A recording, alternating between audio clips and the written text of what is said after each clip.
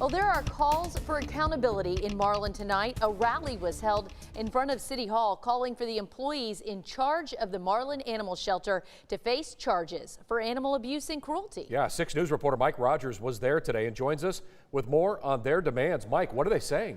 Yeah, guys, they want justice for the 3 dogs that were found dead at the shelter and for the dogs that were found malnourished. Justice in the form of jail time and felony animal abuse and cruelty charges. A small gesture for a community calling for change. We would always have to call in advance to go see them, and every time we would go see them, it was like they were getting smaller and smaller. Sharvana Warren brought her 3 dogs to the Marlin Animal Shelter back in November. He was skinny, looked like he hadn't been eating, but other than that, he was fine. From their visit November 26th to when they returned on the 28th, their conditions deteriorated until her 4-month-old dog Akilo died.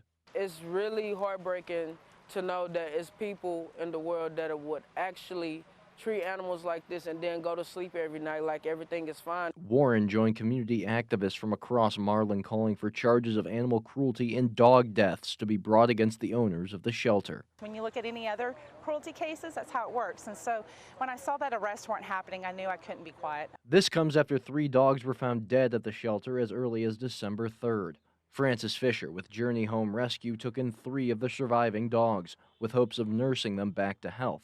She says jail time should be on the table. When I walked through on Wednesday, I saw 300 to 400 pounds of dog food laying on the floor before you went to the area where the dogs were. She called the lack of justice for the animals the real cruelty.